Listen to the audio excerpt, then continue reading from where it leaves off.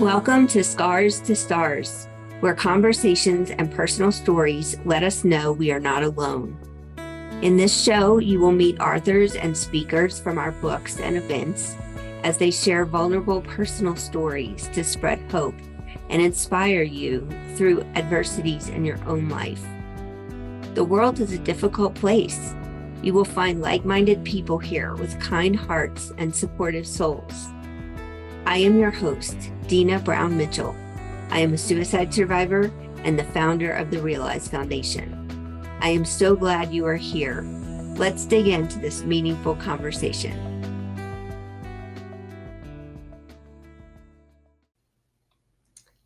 Hi, everyone. It's Dina at the Realize Foundation, and I have a special guest today, Deb Krier. Am I saying your last name right? You are. Yes, okay. Thank you. And Deb has a lot to share with us, so I'm going to let her take it away. Well, Dina, first of all, thank you so much for having me on your podcast. It is truly an honor. As we were discussing before we started recording, your podcast is about such an incredibly important topic and something that, so many people, obviously, you know this, don't want to talk about. And so thank you so much for having me on as your guest. My story began 10 years ago, and I had my routine checkup. We're good girls. We go in, we have our checkups, and I didn't even get home before they called to say I needed to come back and have another mammogram. And of course, they don't tell you why. They just say, oh, you need to come back. Well, years ago, I worked for an oncologist and I worked for the American Cancer Society. And so I knew that, we've probably got a problem. And so I went back, had another mammogram, and was diagnosed with stage 0 breast cancer. Stage 0 is considered hunky-dory, easy peasy.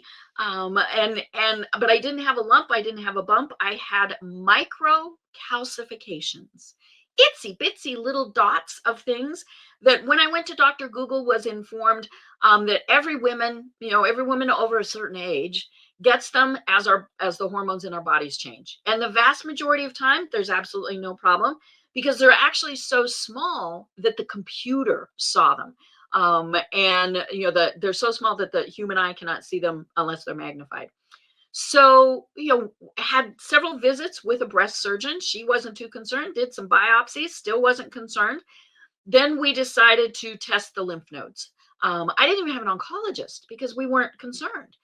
And so, we did the surgery to remove lymph nodes, and 8 of 12 lymph nodes were positive for cancer. So that meant that the cancer had actually already spread. So I went from a stage 0 diagnosis to stage 3, which got a little panicky, and got an oncologist. I decided to go with the traditional approach. But as I tell people, you got to do what works for you. Now, I thought it would be the best course of action for me. And so that was what I was going to do, which was going to be chemo, surgery, radiation. I had my first chemo treatment. It was a massive chemo treatment, 8 different drugs because these little speckledy specks were throughout my body. And 4 days later was in ICU in the hospital in septic shock. At that point in time, I was the only person that they ever knew anywhere that had survived the complication that I got. I'm in medical journals. Isn't that special? So was in the hospital for 7 weeks, in and out of surgery, in and out of ICU multiple times. The septic shock has done far more damage to my body than the cancer probably ever will. But, I obviously got out, but in that course of time, I said, hey, my rib on the bad side hurts. So I got to have the really fun test for bone cancer, and it came back inconclusive. So rather than making me go through more tests, which are really not fun, none of these tests are fun, the diagnosis was stage 4. And so my technical diagnosis is stage 4, triple positive metastatic breast cancer, which, mouthful, right? And stage 4 cancer is considered not curable. Now it can go away and never come back. But, and obviously the longer you go, the better it is. And like I said, I'm almost at my 10-year mark. I had decided to, once I was, better, have a double mastectomy, which I did. Got a complication from that my surgeon had never seen. If you can't guess, I'm a special child. I think every chart that I have lights up and with bells and whistles and says, "Look out, look out." But that was easily fixed. We did try chemo again, and I got the exact same reaction. So I can probably never have chemotherapy again. My body just said, nope, nope, don't like that. Had radiation, sailed through radiation, which they were completely amazed at with my red hair and freckles. I had zero issues with radiation. Again, they bring people in and say, hey, look at this amazing person. But kind of went on. Now I was working the entire time for the most part. I own my own company, and I kept doing, keeping my mind occupied, I think, more than anything, with work. Several years into all of this, I happened to mention to a doctor that I had this spot on my arm that wouldn't heal. Off I go to the dermatologist and was diagnosed with basal cell carcinoma. So cancer number 2. That's not a big deal. I mean, it sounds horrible and awful, but it's your basic garden variety skin cancer that is caused, because this redheaded, freckly kid grew up at an elevation in Colorado of over 8,000 feet and didn't know what sunscreen was. So, it was kind of amazing that I made it to this age without any issues. But then 2 years ago, I developed cancer number 3. I was being tested for something pertaining to the breast cancer, and they said, hey, that's still behaving itself, but guess what? There's something else going on. I had 2 tumors on my thyroid, so they removed the entire thyroid gland, but it had not in any way spread because we caught it so early. And like I said, it was a fluke. It was a total fluke that we caught it. So that was cancer number 3. And, I just, I don't know. I think I'm the Energizer Bunny. I just keep going. Now, we're not aiming for cancer number 4. No, I'm done. But it has been a challenge, and it's also been in many ways a blessing as to all of this. Yeah. Wow. I know you're like, holy schmoly. Well, I just can't fathom. I mean, there are people who have one cancer diagnosis and is like so traumatic, and for you to be through 3 of them with such incredible, hard things, more than just a normal diagnosis, and owning a business, because I know what that's like too. Mm-hmm. So I don't know, what got you through all of that? A big part of it is, we've discovered already, right, that I am chatty Cathy. And so I'm just, I'm going to gab the whole time. My sense of humor, I think, has been a big thing. One of my goals is to make my caregivers laugh. Our medical folks are having to deal with things that are so incredible. So can I make them laugh?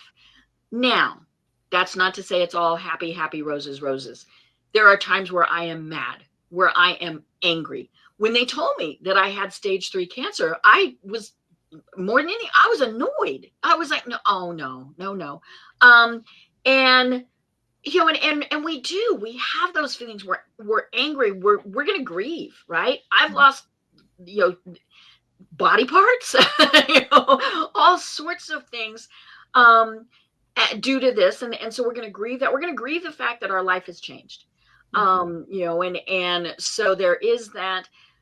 But it's a matter of saying, okay, I can deal with this. It's hard, it's awful, and I can deal with this. But one of the biggest things that I tell people is the strongest thing that you can do is to ask for help. And so for some people, because we're guilty. What did we do to bring this on? Is this our fault? Oh my God, look what I have to live with for the rest of my life. All these things. And so it can be very depressing. And and so if you find that you're going down that road, it is the best thing you can do to ask for help. And whatever level you need, could just be you're talking to a friend, your doctor, your minister. It might be a therapist, but it's okay. And give yourself the grace to know that it's okay and there's nothing wrong with you for saying that you need help. Yeah, that's very true in every situation, whether it's Mm-hmm. cancer or some other health thing, or whether it's mental health, or whether it's, Mm-hmm. financial, whatever the stress is, Right. you know. We're not super women, supermen, right? Yes, it's true. We need human connection in our life, and that's part of our mission. We say, we reduce suicide rates through human connection using conversations, community, and personal story. And it took me a long time to get to that, but I think it explains everything we do. And I think the personal stories on the podcast and in our books are what give people the courage to speak up and ask for Right. help, because then they see somebody else has been there and Right. they can connect with them. Right. Yeah, they know that they're not alone. One of the things that I hear the most from people who are on this journey is that they have never felt so alone in their life. There's many reasons for that. The first is which we don't want to complain. We don't want to whine. We think people don't care. So we don't even tell anybody, right? Or even if we're telling people, we don't tell them the degree as to what's going on, things like that. And other people are afraid to ask, Dina, how are you doing? Right? Because they think it might make you feel bad. And they don't know what to say. I mean, it's, and I tell people it is very much like when there has been a death. We don't want to ask about that person because we don't want them to feel bad, right? But to me, when you don't acknowledge it, it's like you're saying it didn't exist. And whether it's a person, whether it's illness, whatever it is, and so it's perfectly okay to say, I'm really sorry you're going through this. You don't have to say anything more, but just let them know that you've been thinking about them. Absolutely. I think, one thing I've noticed lately in the medical industry is that when you go in, there is a more awareness about mental health these days, Right. but I don't know that it's to the extent that it's doing much yet. Right. But when you go to the doctor now, at least where I am, you get your temperature, your blood pressure, all that, and then they ask you, Right. do you feel safe in your home? Have you been thinking about, Right. Yep. harming yourself, or have you been depressed or whatever? And so, I mean, even though I'm the person who had a suicide attempt and never said a word about it for 23 years. So, when I am in that situation and they ask me that, my answer is just obviously no, because I'm like the worst person. I mean, I speak up to help everyone else, and then people ask me, and I'm like, I'm fine. Right. Oh, fine to me is a 4-letter word. Yeah, I agree with you. Yes. Right. And I get those same questions. And I always wonder, what would they do if you said yes, right? And I am always a little bit amused when they ask you, do you feel safe in your home when your spouse is in the room? Yeah. Now I get that they're because a long time ago, really, really long story short, I was working outside, took a shovel handle myself. I managed to make this happen, and it broke my nose. It looked like I'd been hit with a baseball bat, right? And so, they asked multiple times how it happened.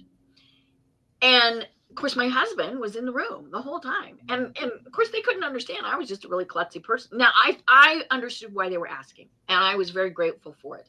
But he was there. But I realized they were looking at how I responded. Did he respond instead of me? Did I look to him? All of those various things. And it was funny. It was about the 4th time I finally, somebody asked, I heard somebody out in the hall say, it's okay, she did this to herself. But yeah, they asked those questions. But I think, especially in terms of mental health, we're so used to covering it up that even if you're on the edge of doing something, most of the time you're not going to say anything. And if they're just asking the questions off their form and not even paying attention and all of that, then they're not going to catch that maybe there was a tear. Maybe there was just a in your voice, right? All of those things. And so you're right. I think they need to do better. They need to be acknowledging the fact that there could be something that is not fine. Yeah, I agree. And it's such a hard thing because, nurses who are doing that aren't necessarily trained in mental health. Right.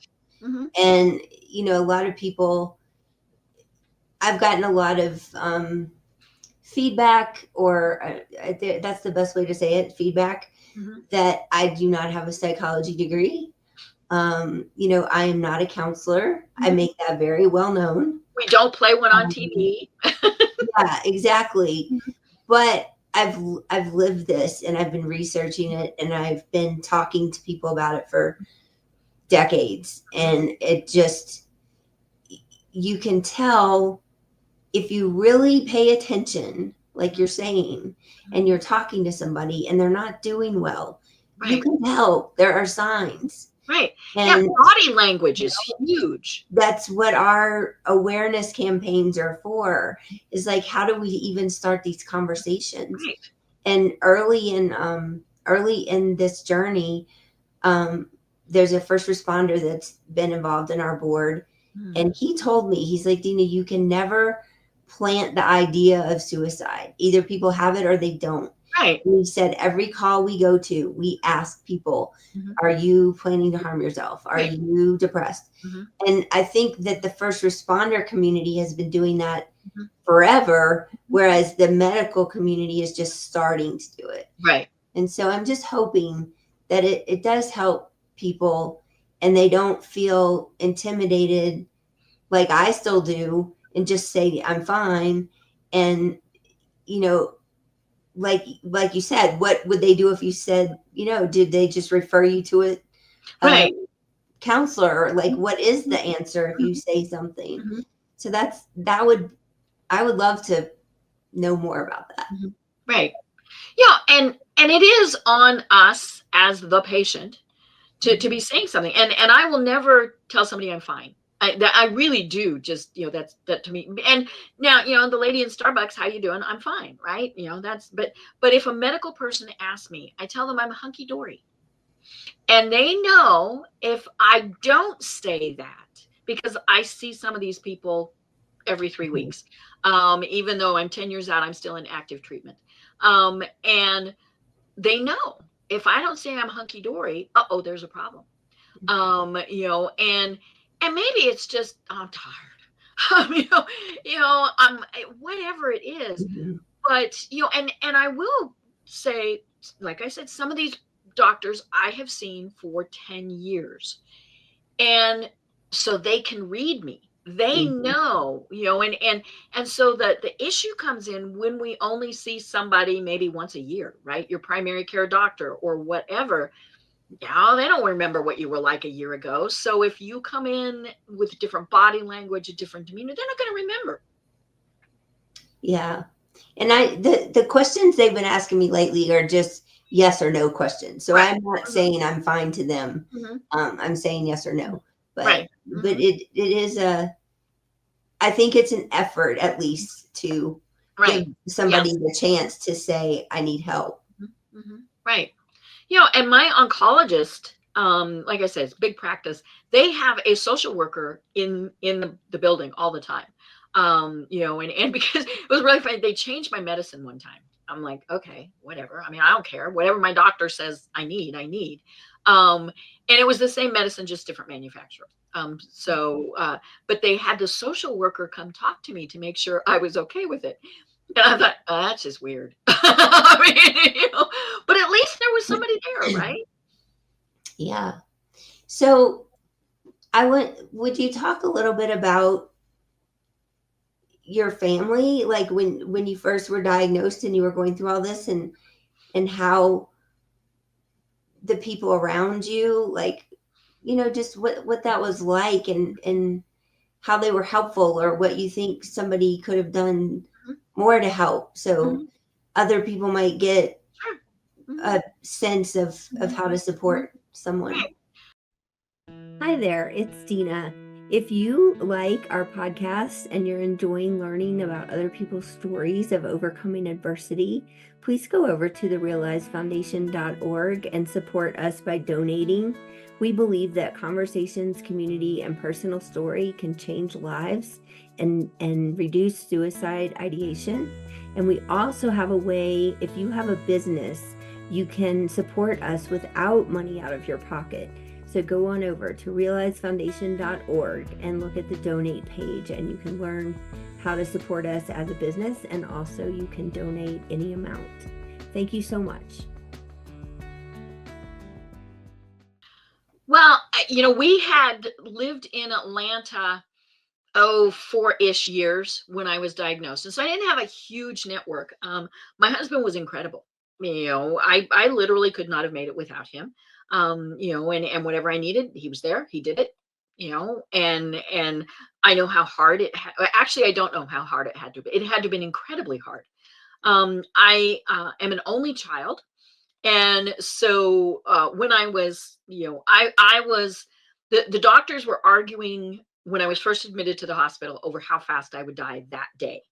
And so he got to make the fun call to my mother to say, she's in Kansas, we're in Atlanta, you need to get here, and you're probably not going to get here fast enough. I can't imagine that. But I am, an only child. Now, my mother passed away last year, but she came and she stayed. She stayed for 4.5 months, which was a little too long. But when I was in the hospital, I was never alone. And to me, that was incredibly important, um, because she was there, my husband was there, several rounds of friends were there. My aunt is a retired nurse practitioner. She came out several times and stayed. So I was never alone. And that, of course, was a benefit to the hospital staff, because there was somebody in there that could, get me water or, do whatever they needed. Um, the weird thing was, and I had not expected this, but talking with other cancer patients, I've discovered this is not unusual. There were people who absolutely could not deal with it. Friends that I had had for years totally dropped off the face of the earth. I don't know why. Obviously, I was like, okay. Um, and then other people who I didn't even think knew I existed stepped up in incredible ways. And that was kind of one of the surprising things, was how your support network changes. Now, I've been very open the entire time with what's going on with me. I figure it's an education, you know, for folks. They know they can ask me anything, and so I'm going to tell them what's going on. And so I set up a Facebook group, a private Facebook group, just for my support people.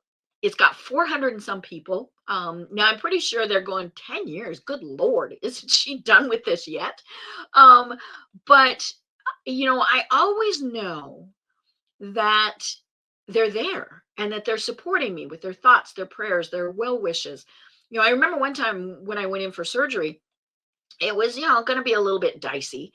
And I remember thinking, well, I can't die because all these people will be mad at me. That was really irrational, right? But yeah, it was amazing where the support came from. And but the challenge is for people who don't share like I do. But I think one of the things that always kind of amazed me the most was when they would, people would tell me, you're on our prayer list at our church. And nobody there knew me, but that I was still on their prayer list. And just all of these things that were there. And it really did. I always knew I was not alone as I go through this, and I'm still not. And I think that is part of the reason why you want to reach out to the level that you're comfortable with, to ask for help. Because people really do want to help and they do want to be there. And if they don't, okay, well, whatever. Wish them well and send them on their way. Yeah, that's a good point. I think I know I've moved since high school. I have moved 52 times. Holy schmoly. So I have a lot of friends in a lot of places Mhm. that I don't see very often. Right. Mhm. And like recently, I have a really good friend that I've known for 20 years or more that had breast cancer and surgery. And she had lost her husband a few years earlier, and she's young, and she has a daughter, and she, we chat in Facebook sometimes, and she reached out and told me that she was having she had surgery and all this with breast cancer, and she was having a really hard time. Well, I didn't know for a while. And so then now I know, I check up with her, more and stuff. But it's like it's hard for me to keep up with all Mhm. my friends Right. everywhere all the time because Mhm. I've moved so much, and people are always like, "Wait, Dina, where are you these days? What are you doing?" Like, Mhm. so it's hard to constantly keep up with everyone in your life because everything is so busy, everything is Yeah. just crazy. And things change, right? Mhm. Friendships change and evolve. Mhm. They do. And I think it's just important. We're working on a new campaign for the foundation Mhm. for this fall for Suicide Prevention Month, and we're going to have an event, a virtual event, Mhm. and we're talking about how do we do a campaign where we just the basis of the whole thing is reaching out to people and asking how they are, Right. telling them you care, Mhm. telling them that they mean something to you, because that is what keeps people going. And Right. especially if you're sick or going through something like you've been through, and people don't know, like you just fell off the face of the earth and they don't know what happened to Mhm. you, reach out and find out. Like Right. Yeah. it's that kindness we were talking about. It's like all it takes is a text or a Facebook message or maybe a 5-minute phone call. Right. You know? Yeah. Mhm. Yeah, I had people who told me we didn't know what to say. It was like we were saying before. Mhm. And I told them, I said, you know what? I notice when somebody clicks like on a Facebook post. Mhm. And I said, and Hallmark has cards. I still have all of Mhm. the cards that were sent to me when I was so sick. And it was cute. Every day my husband would, go to work and then, go home and then come to the hospital. And he would bring the cards. And it was just like Christmas every day. We'd open these cards and read them. And I do have them. And I don't, it's been 10 years. I don't, it's not like I'm going to do anything, but yeah, there are ways, especially if you're uncomfortable with what to do or say. It's Mhm. easy to send a card that has, the cat hanging there that says, hang in there, right? Or whatever it is, right? Um, or to just, on a Facebook post say, hey, I'm thinking about you. Or even just click like, right? We do notice those things because when we're sick, we got a lot of time. you know? Yeah. um, and so, it's okay. And it really is okay to say, I don't know what to say. Mm. That's Yeah. okay. That We is didn't know what to say. that's a good point. That's a good point. So what do you have advice for people that might be getting some of those diagnoses that you had, and how to move forward? Well, the first thing is acknowledge all the feelings that you've got going on, right? Like we said, anger, grief, guilt, fear, anxiety, whatever it is, acknowledge those. It is perfectly okay.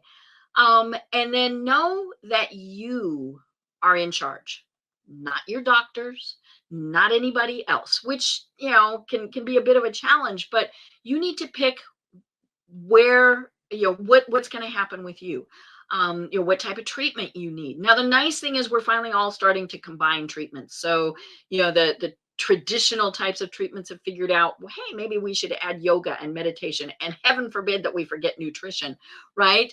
And all of these things. But I mentioned that I worked for an oncologist. This was many years ago. This was like 35 years ago. I was just a little youngster, right? But he would always tell his patients, 99% of this is in your head. If you think you will live, you will live. If you think you're going to die, you're going to die. Now, it might still be a short period of time, right? But it's that quality of life in between.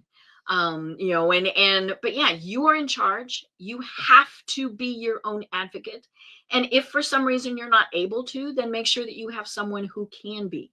I've gone to doctor's appointments with people to be there to ask questions and things like that. It's okay. Again, like we were saying, ask for help, but you are the person who is in charge of what's going on.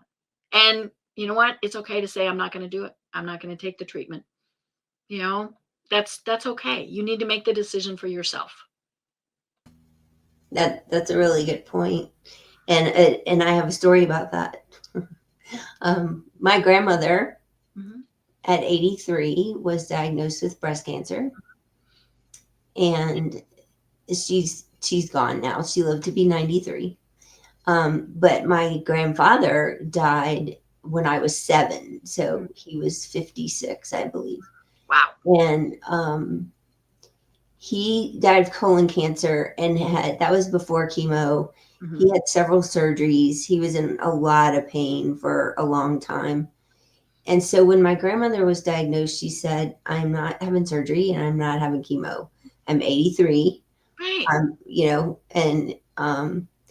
So my mom started this journey of alternative options. And basically, my grandmother had an alkaline diet with no white sugar, and she drank this special 4-herb tea multiple times a day. Her tumor shrunk. And the doctor that she was seeing was really pushing her to have surgery and chemo. And it got to the point where they wouldn't even let my mom go in the room with him, while he was seeing her. And so she never did have surgery or chemo. And she did live 10 more years. And she didn't die from cancer. She died because she fell and broke her femur below her hip. Yikes. And then they changed her thyroid medicine she had been on for 50 years. And that's when she started declining. So it was I don't know, it was just a journey. And it changed it changed the way my family looked at medicine and and nutrition for sure and stuff like that. So I think like you said, you have to be able to stand up for yourself and say, I'm going to do this, but I'm not going to do that.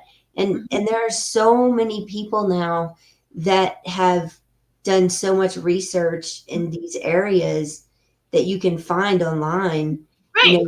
that could probably help you at least consider multiple options.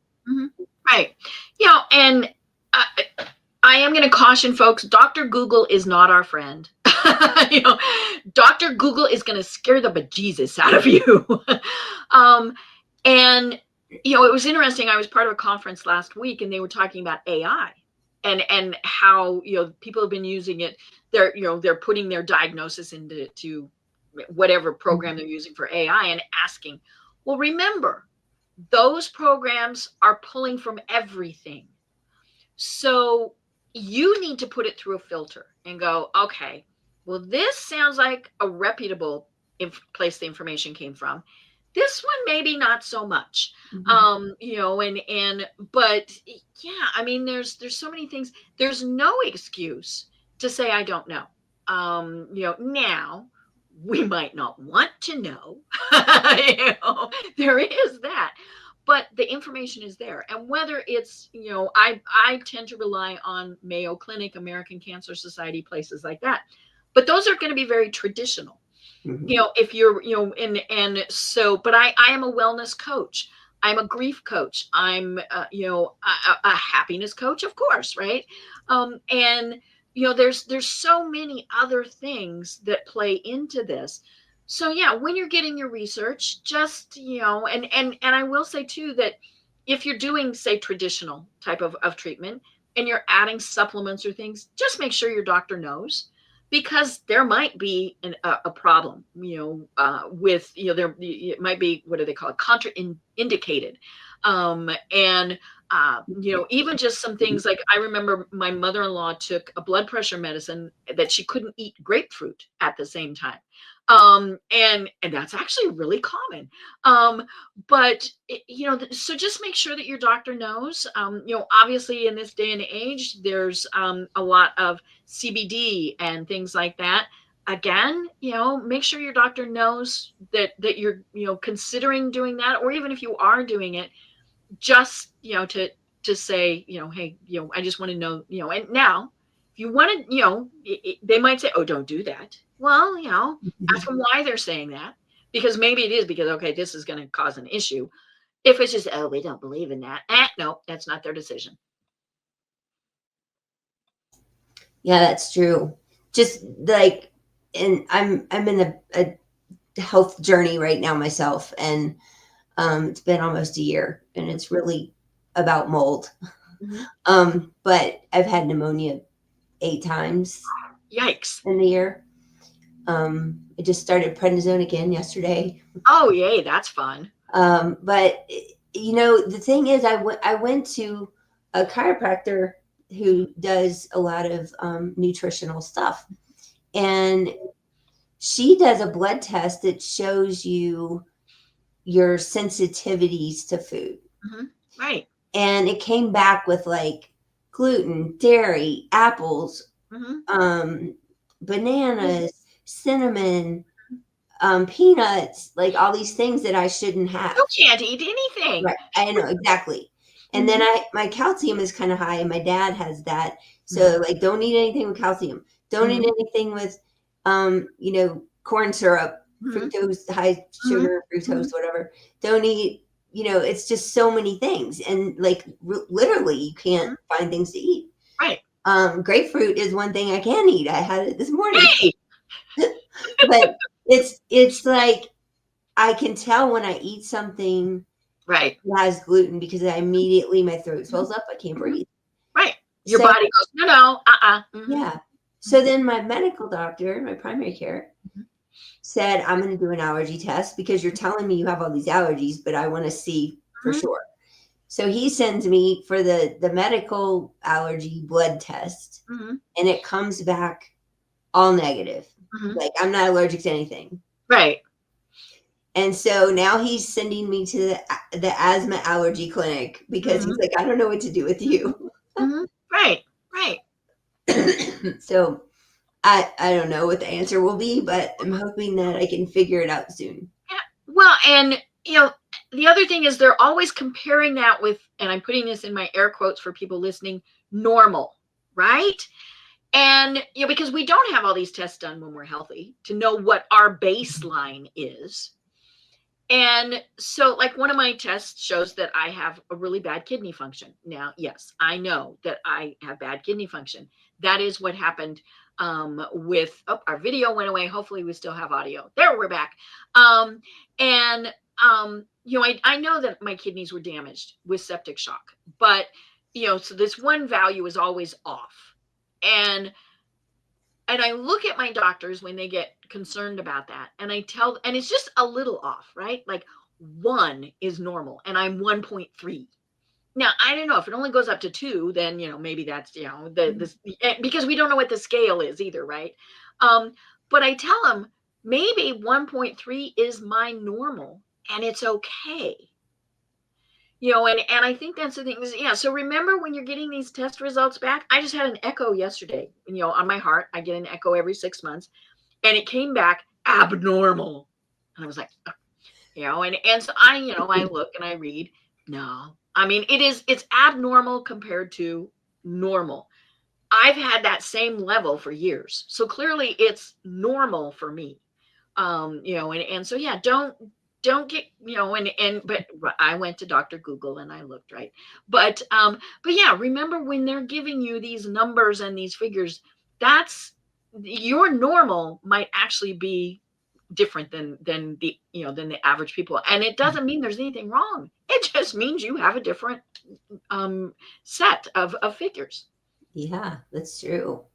It's like I was saying, my dad is high calcium, and he had a parathyroid removed a couple years ago, which is going to cause high calcium.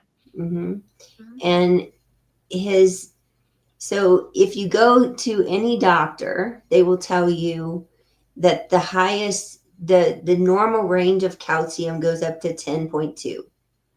Well, the doctor who took the parathyroid out, which is a specialized place in Florida, and they told my mom it cannot be 10. Like, can be 9. It cannot be 10. And so she's adamant about that, and I understand, because they made it very clear to her. But my doctor's like, no, it's 10.2. It's always been 10.2. And so because mine was like 9.7 or something like that, so my mom was worried. She quit eating stuff with calcium, and I eat almonds all the time, stuff like that. And so anyway, my primary doctor told me, he said, well, if someone has had a parathyroid removed, then it's different. And so your body processes calcium different. What the doctor's telling me, what my mom has been told, is different, and it's confusing sometimes. Right. You think these doctors know everything, they went to medical school, right? And so you take what they say as fact, and it's like sometimes you get different answers, and then you're like, now what? Because these people are supposed to know, and I don't. And sometimes I feel like I flip a coin, right? But that does bring up, you have to trust your doctors. I have fired several doctors through this process. It wasn't that they were bad doctors. It was that we weren't on the same page. Now, one of them, they just did not get my sense of humor. They were never going to get my sense of humor. And it was just not going to be pleasant for anybody, right? But yeah, you might not like them, but you have to trust them. Now, if it's your primary care doc and you see him once a year, right? But if it's a doctor, and this can be your traditional Western type of medical care provider, or an Eastern non-traditional, whatever. If you don't trust them, then you shouldn't be going to them. If, say, it's let's do something simple. If it's a massage therapist, and you're thinking, wait a minute, that really hurts, I don't like that, then okay, ask them. But if you don't trust that what they are doing is in your best interest, you need to go somewhere else. Yeah, that's very good advice. Well, it's been a really awesome conversation. We've talked about a long one. Oh my gosh. Yeah. Well, is there anything you want to leave the audience with? Again, just know that you are your own advocate. That is the biggest, and I don't care what it is, whether it's your health, your personal life, your work life, you are in charge. Nobody else. You are in charge. Thank you so much for being here, Deb. It was a pleasure. Thank you, Dina. This has been wonderful. Thank you so much.